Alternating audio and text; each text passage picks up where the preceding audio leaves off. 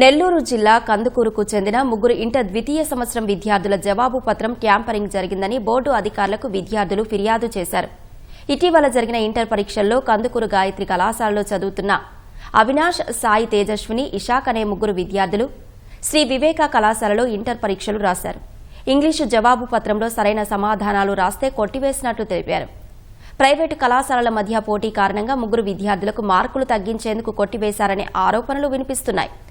ఈ దారుణంపై ఉన్నతాధికారులు చర్యలు తీసుకోవాలని విద్యార్థులు కోరుతున్నారు. కష్టపడి చదువుకున్నటువంటి బిడ్డల మార్కుల్ని హైజాక్ చేయడం, వారిని అనగదొక్కి ఇంకొకరిని పైకి తీసుకురావడం అనేవి మాత్రం ఇవి మనం గ్రహించదగినటువంటివి. ఎటువంటి పరిస్థితి సపోర్ట్ చేసేది లేదు.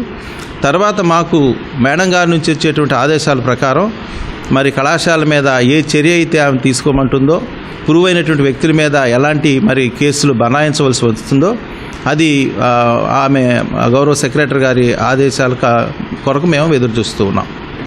నాకు ఫస్ట్ ఇయర్లో 470 మార్కులకు గాను 464 మార్కులు వచ్చాయి. కానీ నాకు కేవలం ఇంగ్లీష్ పేపర్ 2లో సెకండ్ ఇయర్లో మార్కులు తగ్గాయని భావించి అనుమానంతో రీవాల్యుయేషన్కి అప్లై చేశాను. 9వ పేజీలో ఉన్న ఒక రోమన్ మొత్తం కొట్టివేయబడింది, 16వ రోమన్ని. ఒకవేళ నేను కానీ కొట్టేసి ఉంటే స్ట్రక్డ్ బై మీ అని రాసి సంతకం పెట్టించుకున్నాను మ్యూజియం చేత. కానీ నేను కొట్టేయలేదు. ఇది కావాలని ఎవరో చేసిన పని. మేడం గారిని దీని క్షుణ్ణంగా నా పేపర్ ఆన్సర్ స్క్రిప్ట్ పరిశీలించిన తర్వాత ఇది ఆన్సర్ స్క్రిప్ట్ ట్యాంపరింగ్ జరిగింది అని నిర్ధారించారు. దీంతో నాకు తగిన న్యాయం చేస్తానని మేడం గారు 1 వీక్ టైం అడిగారు. ఇప్పటికీ నేను మేడం గారిని కలిసి దాదాపు 10 రోజులు అవుతుంది.